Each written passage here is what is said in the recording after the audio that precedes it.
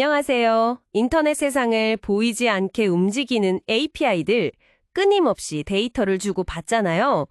그런데 그 데이터들 어떤 포장지로 쌓여 있을까요? 많은 경우 아마 제이슨이라는 이름표가 붙어 있을 겁니다. 네, 맞아요. 청취자분께서 관련 자료들을 보내주셨는데 아마 API 문서 같은 걸 보시다가 이 제이슨을 처음 접하신 것 같아요. 특히 왜 API 통신은 주로 제이슨으로 할까? 이 부분이 궁금하셨던 것 같고요. XML이랑 비교한 자료도 흥미로웠습니다. 그래서 저희가 이번에 좀 깊이 파고 들여보려고 합니다. 보내주신 자료들을 토대로 제이슨, 이게 도대체 뭐고 왜 API 세계에서 이렇게 널리 쓰이는지, 그리고 그 전 세대격인 XML하고는 뭐가 다른 건지, 구조, 성능, 또 어디에 쓰이는지 이런 걸 중심으로 한번 살펴보겠습니다. 자, 그럼 제이슨, 이게 뭔지부터 간단하게 짚고 넘어가죠. 자바스크립트 오브젝트 노테이션. 이름에 자바스크립트가 들어가 있네요. 네, 그 자바스크립트 객체 표기법에서 시작된 건 맞아요. 근데 특정 언어에 묶여 있는 건 아니고요. 데이터를 주고받기 위한 건데 아주 가볍고 사람이 읽기도 쉬운 텍스트 형식이죠. 핵심은 아주 단순하다는 거예요. 기본적으로 키랑 값이 이렇게 쌍으로 이루어져 있어요. 뭐 예를 들면 도시, 서울 이런 식으로요. 여러 데이터를 묶을 때는 중괄호 이걸 써서 객체로 만들고요. 순서가 중요한 목록은 대괄호 이걸로 배열을 만들죠. 값으로는 문자열, 숫자, 참거짓 같은 불리언 아니면 또 다른 객체나 배열도 올 수 있고 값이 없다는 널도 가능하고요. 정말 딱 필요한 것만 있죠. 아, 정말 구조가 간단하네요. 그 단순함이 매력 포인트군요. 그럼 이제 핵심 질문으로 넘어가 보죠. 왜 그렇게 많은 웹 API들이 데이터를 주고받을 때 이 제이슨 형식을 선호하게 된 걸까요? 효율성 때문일까요? 네, 가장 큰 이유 중 하나가 바로 그 효율성입니다. XML하고 비교해보면 확실히 드러나는데요. 데이터를 설명하기 위한 부가 정보, 그러니까 XML의 태그 같은 것들이 제이슨에는 훨씬 적어요. 아, 그 꺽쇠괄호 같은 거요? 네, 맞아요. 이름 뭐 이런 거요. 제이슨은 그냥 이름 이렇게 키만 쓰니까요. 그래서 같은 내용을 담아도 제이슨 파일 크기가 보통 더 작아요. 이 네트워크로 데이터를 보낼 때는 엄청 중요하거든요. 파일이 작으니까 당연히 더 빨리 보내고 받을 수 있고 네트워크 대역폭도 덜 차지하고요. API 응답 속도에 직접적인 영향을 주죠. 성능 차이가 꽤 크겠네요, 그러면? 네, 실제로 벤치마크 자료들을 보면요. 데이터를 처리하는 속도, 그러니까 파싱이라고 하죠. 그 속도에서 제이슨이 XML보다 훨씬 빠르다는 결과가 많아요. 메모리 사용량도 적고요. API처럼 데이터를 빠르고 자주 주고받아야 하는 환경에서는 이 성능 차이가 정말 큰 장점이 되는 거죠. 성능 말고 또 다른 이유가 있을까요? 개발하는 사람들 입장에서 편하다거나? 아, 네, 맞아요. 개발 편의성도 빼놓을 수 없죠. 특히 웹 개발 쪽에서는요. 제이슨 구조가 웹 개발의 기본 언어인 자바스크립트의 객체 구조랑 거의 판박이거든요. 아, 이름부터 자바스크립트가 들어가 있더니만. 그렇죠. 그래서 자바스크립트에서는 JSON.parse, JSON.stringify 이런 기본 함수 몇 줄이면 제이슨 데이터를 객체로 바꿨다가 다시 제이슨 문자열로 만들었다가 하는 게 아주 쉬워요. 다른 프로그래밍 언어들도 대부분 제이슨 지원 라이브러리가 잘 되어 있어서 다루기가 편하고요.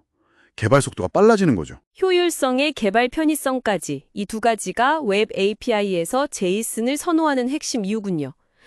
그럼 이제 비교 대상을 좀 더 자세히 보죠. 제이슨이 나오기 전에 많이 쓰였던 XML, 확장 가능한 마크업 언어라고 하죠. 이건 어떤 특징이 있었나요? XML은 데이터를 태그로 감싸서 그 의미랑 구조를 명확하게 나타내는 방식이에요. 예를 들어 person 태그 안에 name, age 태그를 넣는 식으로요. 아까 말씀하신 그 꺽쇠 괄호 쓰는 방식. 네. 근데 이게 시작 태그랑 종료 태그가 항상 쌍으로 필요하다 보니까 제이슨보다는 좀 글자 수가 많아지고 파일이 커지는 경향이 있어요. 좀 장황하다고 느끼는 거죠. 대신에 XML은 기능이 훨씬 많아요. 코드 안에 설명, 그러니까 주석을 넣을 수도 있고 네임스페이스 같은 기능으로 이름 충돌 문제도 해결할 수 있고요. 또 XSD라는 걸 써서 데이터 구조를 아주 엄격하게 정의하고 그게 맞는지 검증하는 기능이 강력해요. 이건 제이슨에는 없는 기능이죠. 데이터 변환이나 속성 같은 부가 기능도 많고요. 기능이 많은 만큼 좀 더 복잡할 수도 있겠네요. 그럼 읽기는 어떤 게 더 편한가요? 이건 좀 의견이 갈릴 것 같은데요. 네, 맞아요. 이거 좀 주관적일 수 있어요. XML의 그 명확한 태그 구조가 의미를 파악하기에 더 좋다고 하시는 분들도 있고요.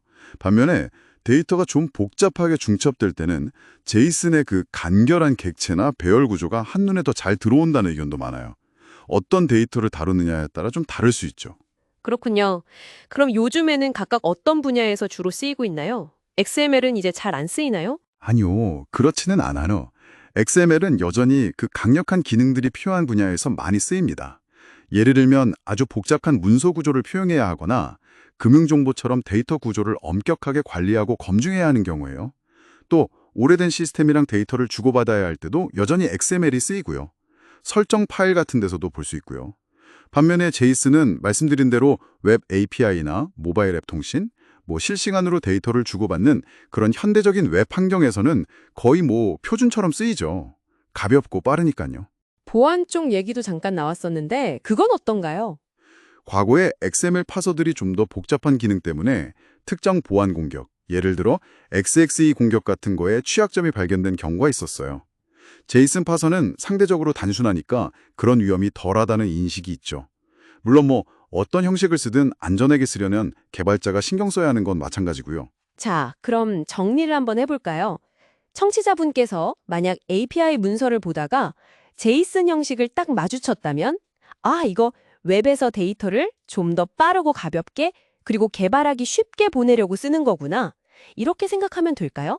네, 거의 핵심을 짚으신 겁니다. 그렇다고 제이슨이 모든 면에서 XML보다 좋다는 건 아니에요. XML이 가진 엄격함이나 풍부한 기능이 꼭 필요한 경우도 분명히 있거든요. 다만 웹 API라는 특정 환경에서는 제이슨의 그 단순함, 성능, 개발 편의성이 더 실용적인 선택이 되는 경우가 많은 거죠. 뭐랄까 아주 격식 있고 상세한 보고서가 필요할 때는 XML이, 빠르고 간단한 메모 전달에는 제이슨이 더 어울린다고 할까요? 그런 트레이드 오프를 이해하는 게 중요합니다. 네, 오늘 제이슨이 뭔지, 그리고 왜 특히 API 통신에서 이렇게 사랑받는지 XML과 비교하면서 그 이유를 효율성과 개발 편의성 중심으로 알아봤습니다. 흥미로운 건 보내주신 자료에 야멀이나 토물 같은 다른 형식들도 있었어요. 이것들은 제이슨처럼 데이터를 표현하는데 특히 사람이 읽고 쓰기 더 편하게 만드는 데 중점을 뒀더라고요. 설정 파일 같은 데 많이 쓰이죠. 데이터 형식의 세계도 참 다양해요. 마지막으로 이런 생각을 좀 해봤으면 좋겠습니다. 효율성을 계속 추구하다 보면 언젠가는 API 통신도 제이슨이 아니라 더 압축적인 바이너리 형식, 프로토콜 버퍼 같은 걸로 완전히 넘어가는 날이 올 수도 있지 않을까요? 기계들끼리 주로 데이터를 주고받는데 사람이 읽을 수 있다는 장점이 과연 언제까지 중요할까요? 한번 생각해 볼 만한 질문인 것 같습니다.